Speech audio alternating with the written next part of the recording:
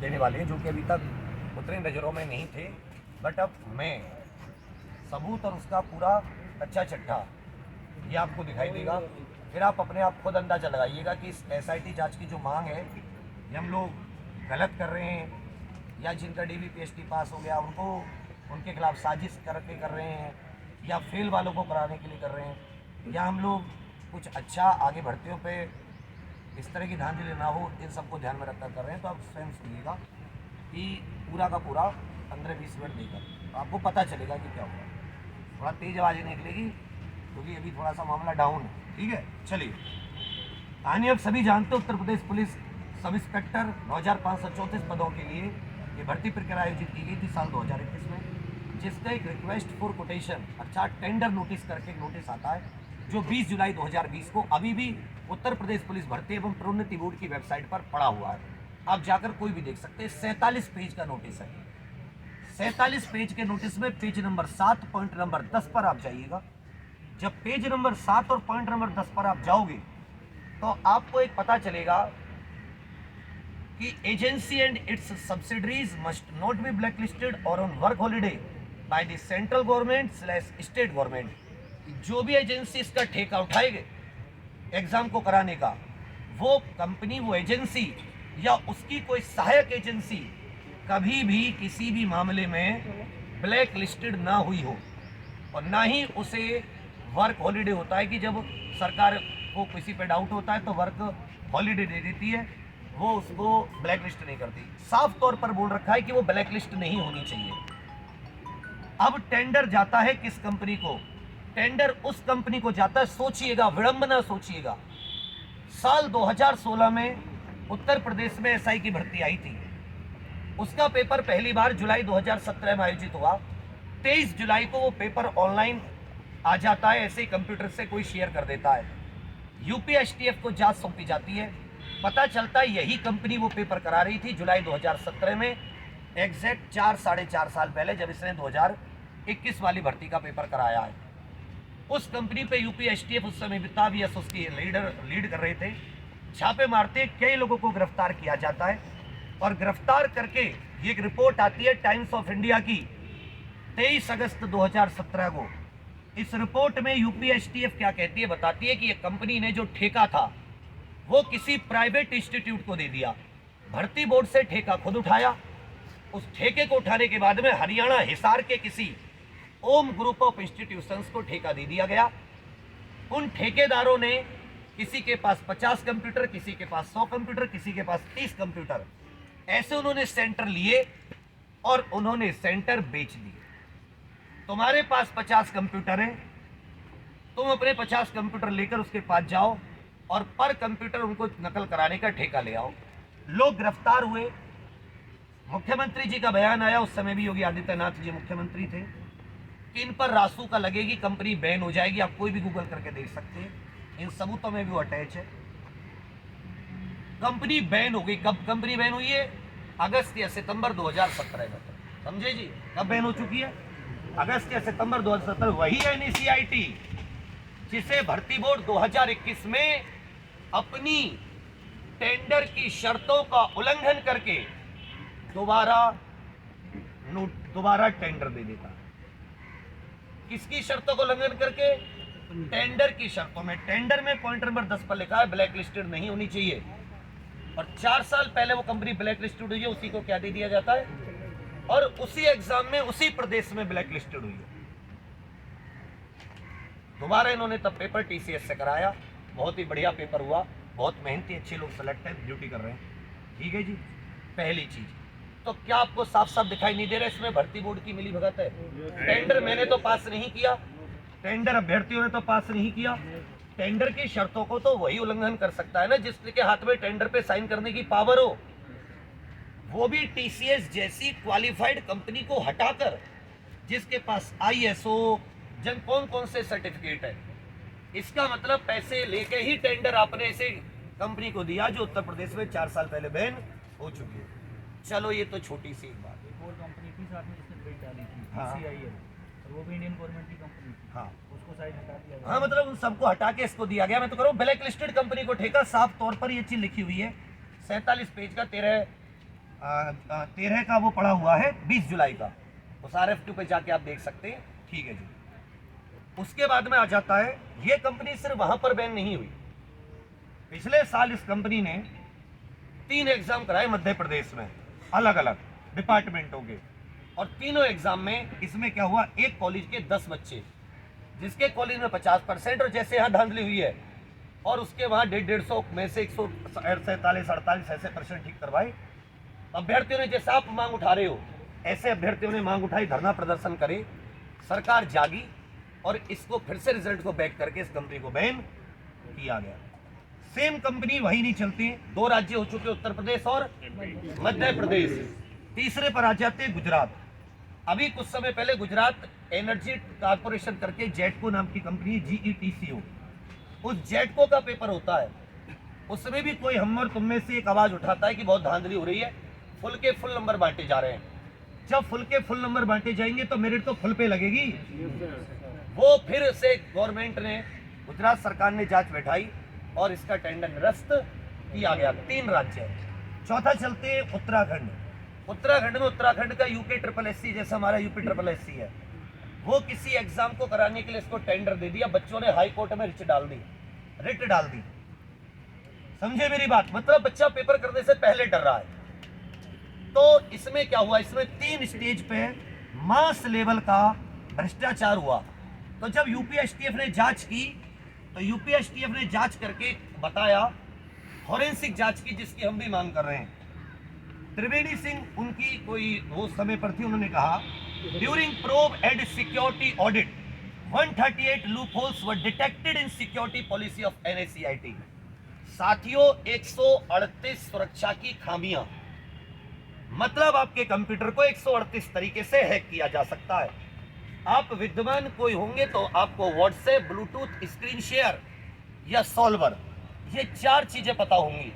इसके अतिरिक्त 134 चीजें तो 2017 में थी, जिन पर सुरक्षा में खामियां थी, जिनसे पेपर लीक कराया जा रहा था। कितनी खामियां? 138। सोच के भी आपको शर्म आ रही होगी कि हम कैसे भर्ती बोर्ड के उसमें होते हुए भर्ती ये एग्जाम कराया गया। जब 2017 में 138 थी, तो अब तो एक आध ज्यादा होगी। साथ में भर्ती बोर्ड के टेंडर में एक चीज और लिखी हुई है कि जो भर्ती बोर्ड है, जो टेंडर कंपनी है, वो सिक्योरिटी ऑडिट करेगी सेंटर्स का।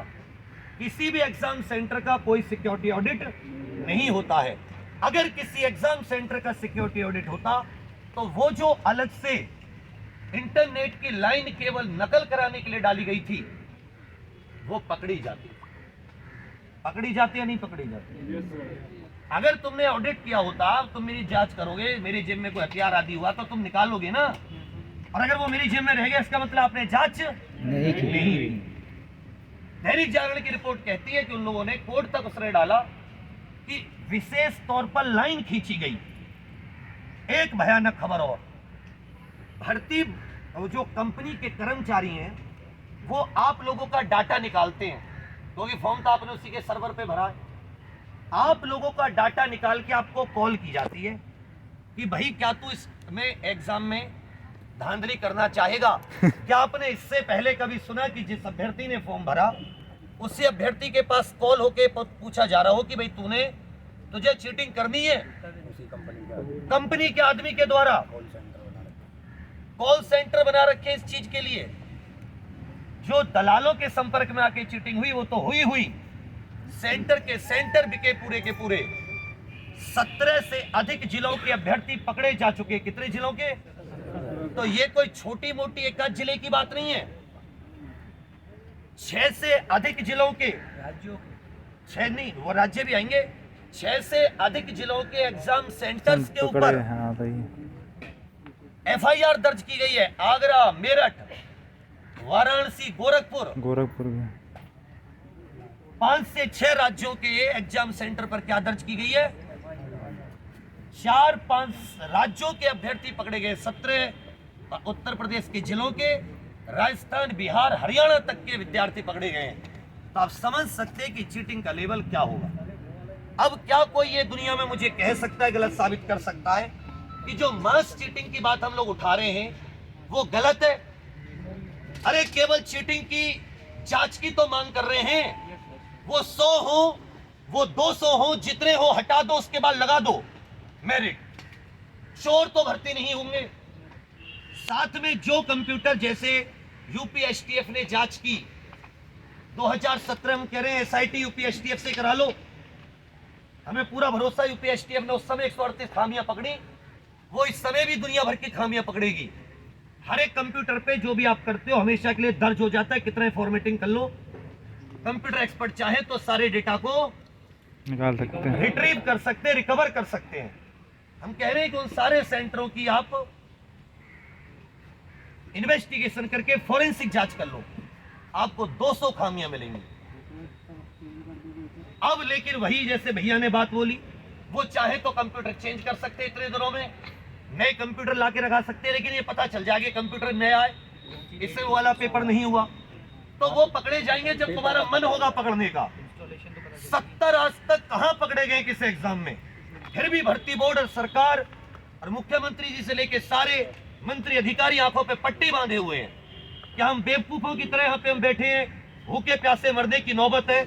हम इस उत्तर प्रदेश की समाज सुरक्षा की दृष्टि से तो बैठे हैं, हम कोई कोचिंग के मकसद से नहीं बैठे हैं। विसल ब्लोअर हैं। आपको आदों को पता नहीं होगा, जैसे आरटीआई एक्ट होता है इसी तरह सरकार का, सरकारी तंत्र का भ्रष्टाचार उजागर करने वाले को विसल ब्लोअर कहा जाता है। हम विसल ब्लोअर हैं। हमने जान जोखिम में डालकर, ये भर्ती बोर्ड के सबसे उच्च अधिकारी का भ्रष्टाचार है। इसमें हो सकता है उसके ऊपर किसी मंत्री की शह हो, सरकार के किसी उच्च अधिकारी की शह हो, तभी तो उसके खिलाफ कोई बात नहीं उठ रही। आपको भर्ती बोर्ड के टेंडर का उल्लंघन दिखा दिया। 2017 में जांच हुई इस कंपनी के बैन का, 2-2, 3-3 राज्यों में बैन होने का नोटिस दिखा दिया। उसके अतिरिक्त वो सारी कटिंग जो है 70 लोग पिछले 5-7 दिन में गिरफ्तार हुए हैं, वो पूरा भर के, जिसमें नकल माफिया का नेटवर्क। ये लोग क्या करते हैं कि जैसे आपने किसी को पकड़ा, कोई कांस्टेबल पकड़ के लाया किसी को, उससे कह दी कि अगले बार तो ऐसा ही बनवा दूंगा, हल्का कर ले। ऐसे भी हुए कई, वो नकल माफिया के संपर्क में आ गया, ऐसा ही में उसने पैसे देके भर्ती हो गया। चाहे कानपुर की बात हो, पहले लखनऊ की बात थी, आज कानपुर भी है। 3 सेकंड में एक एक सवाल हल करने की बात आई। 2019-18 बैच के सिपाही पकड़े गए। टेट एग्जाम 18 नंबर, दरोगा में 327 नंबर। तो जो 301 लेकर बहुत उछल रहे थे, अरे 327 में तो वो चोर है जो बहुत नीचे लेवल का है, 347, 354 वाला भी है। तो फाइनल मेरिट कहां लगेगी? उस दिन रोएंगे सब, उस दिन इन्हें याद आएंगे हम लोग। उसके बाद में आईपी एड्रेस से कंप्यूटर हैक, कंपनी छोड़ के जा चुकी ऑफिस वगैरह। कलम से क्लियर थी वर्दी, अंगूठे की बारी आई तो मिला अंगूठा। ये अंगूठा टेक, ये ऐसा ही बनेगा और ये चौकी और थानों की जिम्मेदारी संभालेगा। और तुम कोई कल जाएगा, तुम्हें दिखा देगा कि ये पैसे के बल पे भर्ती होकर आया है। आप प्राची मैम को सभी जानते हैं, उनकी बाइट सबने सुनी होगी कि किस हद तक इन्होंने बेईमानी करी है भर्ती बोर्ड और कंपनी ने मिलकर। स्टार्ट टेंडर से हो गई थी ये बात, अन्यथा टेंडर किसको दिया जाता? टीसीएस ने 2017 में भी एक भर्ती पूरी तरीके से निष्पक्ष पूरी, भर्ती पे कोई आवाज नहीं उठी। 2017 में भर्ती पे कोई आवाज नहीं उठी। एक बंदे ने, बता दो एक क्वेश्चन लीक हुआ हो, एक गलत व्यक्ति भर्ती हुआ हो। मेरा बैच था, पूरा अच्छे से याद है, जहां भी जिस बच्चे से मिलते थे सब बढ़िया बच्चे होते थे। चलिए भैया, उसके बाद में आप देख रहे हैं कि इसमें पूरे के पूरे केंद्र व्यवस्थापक, मैं अपनी संस्था के इंचार्ज, अगर मैं ही भ्रष्टाचार करूं तो सारे लोग नहीं करेंगे क्या? इसका मतलब वो पूरे सेंटर में जो लाइन बिछाई गई थी वो किसी एक बच्चे के लिए नहीं बिछाई गई थी, हजारों बच्चे वहां से चीटिंग कर सके उनके लिए। बरेली में आपको पता होगा भर्ती, मेरठ केंद्र पर भी हैक हुए थे और इसमें राधे श्याम करके एक केंद्र का नाम आया और 4 अभ्यर्थियों की गिरफ्तारी के बाद दहशत का माहौल, लोग आ ही नहीं रहे डीबीपीएसटी। मैं तो कह रहा हूँ 70 ये पकड़े गए, 30-40 ये और उगल देंगे और 301 आएंगे नहीं। 400-500 को तो भर्ती से हमने यही निकाल दिया। सोचो किस 400-500 अगर ये जाते तो किसी मेहनती की रोजी रोटी छिनती नहीं छिनती। समाज में मेहनत से किसी का विश्वास हटता नहीं हटता। चलिए, आपने ये सब देखा। हाँ, ग्वालियर देहरादून की कंपनी 10 लाख रुपए में कराती थी पास। हिंदुस्तान इंफोटेक कंपनी, हिंदू सब हो गए सर, हिंदुस्तान कहाँ से? ये तो NSCIT थी। और थोड़ी देर पहले मैंने आपको बताया था कि NSCIT क्या कर देती है, किसी आगे वो कर देती है, आउटसोर्स कर देती है। जैसे 2017 में हिसार की किसी कंपनी को आउटसोर्स कर दिया था, इस बार किसे कर दिया? हिंदुस्तान इंफोटेक। वो फंसेंगी, कंप्यूटर पर लिया जाता था, उसके बाद पेपर हल कर दिया जाता था। विशेष तौर पर लाइन डाली जाती थी, नाम ढंग से लिखना नहीं आता है कि और देख लो सैनपाल को, ये कहीं पर ऐसा ही लिख के कल सैनपाल तुम में से किसी की जनता खराब कर वो करवाता। देखिए सब पुलिस वाले भी गिरफ्तार किए गए। 20 मिनट में 140 सवाल, तुम में से कोई अभी कर देना, अभी क्या? तुम्हारा गुलाम हो जाऊं जीवन भर के, तुम्हारा गुलाम हो जाऊं, अभी भी 20 में कोई 140 कर दे। अब आ जाती है फिर से भर्ती बोर्ड। आप सभी जानते हैं कि भर्ती बोर्ड ने आप सभी लोगों से क्या बोला था 15 दिसंबर 2021 को, कि हम लोग, भर्ती बोर्ड आप सभी की बात को सुनेगा, जो आप बोल रहे हैं उस पर जांच करेगा। और ये बातें सब क्या है? भ्रामक है। 4 महीने बाद रिजल्ट आता और ये सारे चोर DV PhD हो जाते, तो क्या भर्ती बोर्ड ने जांच की थी? अगर वो जांच करता तो ये तभी पकड़े जाते, कंप्यूटर लॉग रिकॉर्ड तो तब भी थे उनके पास। तो ये पास नहीं होते, DV PhD में क्यों आते? इसका मतलब भर्ती बोर्ड ने कोई जांच नहीं। उसे सोचे सब अभ्यर्थी जो आवाज उठा रहे हैं बेवकूफ है। कौन है? बेवकूफ है। अभी उठाएंगे, शांत हो जाएंगे। हुआ भी वही, रिजल्ट आया तो आप लोगों ने फेज 1 होने के बाद में कितनी महिलाओं ने चीटिंग की है, एक्स सर्विसमैनों ने की है। अगर आंकड़े निकाल दोगे तो होश उड़ जाएंगे। यही भर्ती बोर्ड 13 मई को मान जाता है कि चीटिंग हुई है और एक साथ 57 लोगों की लिस्ट जारी करता है। अरे भाई, तुम तो 4 महीने पहले कह रहे थे कि भर्ती में कोई धांधली नहीं हुई, 4 महीने बाद आज इतनी तगड़ी लिस्ट जारी कर रहे हो। कहने का अर्थ क्या है? एक सांस में ये कहां से शुरू हुई धांधली? भर्ती बोर्ड से, टेंडर से। जब टेंडर, जहां भर्ती बोर्ड के अध्यक्ष उसके सदस्य फंस रहे हैं, तो क्या कभी वो जांच कराएंगे? क्या वो जांच करानी शुरू करेंगे? क्या हम लोग यहीं बैठे रहेंगे? फिर कहानी है ये तुम्हारे सामने है। सरकार इसमें मिली हुई है पूरी तरीके से। वो बड़े अधिकारी हैं, बड़े लोग हैं, उन्हें पता है कि उनका कुछ नहीं होने वाला। उधर कुछ बच्चे जो 36,000 में, उनको सोच रहा है कि हम उनका नुकसान करने बैठे, हम उनकी सीट बचाने बैठे, वो कभी नहीं सोच पाएंगे। क्या इसमें और भी लोग, बड़े बड़े लोग शामिल हैं, जो बच्चों को मेहनत का झांसा देकर और उन्हें साइड से दूसरे लोगों के थ्रू चीटिंग कराते हैं। मेरिट के सेंटरों की जांच हुई तो बड़े बड़े अध्यापकों का, बड़े बड़े संस्थाओं का इसमें नाम आना तय है। तो वही भर्ती बोर्ड आपसे कह रहा है कि जी चीटिंग हुई है, लेकिन हम कुछ करेंगे नहीं। अब हमारी मांग इसमें, ये MP वाला मैंने दिखा दिए सारे। हमारी मांग में फिर से सुन लो बहुत से लोग, हमारी मांग थी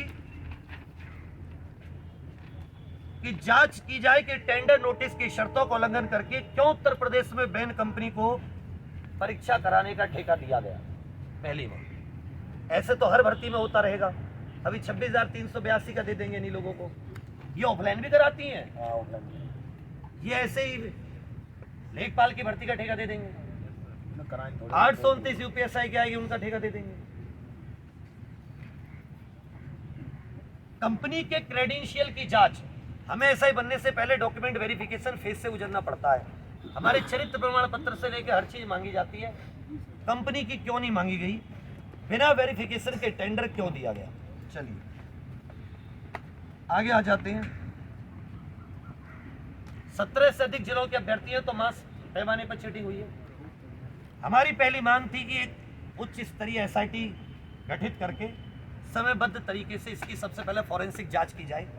जितने लोग पकड़े गए उनको रिमांड पर लेकर उनके कॉन्टैक्ट, दलाल, जहां से पैसे इकट्ठे किए गए, जिसको दिए गए, सगे संबंधी, उनके पिछले 1-2 साल के रिकॉर्ड की पूरी जांच।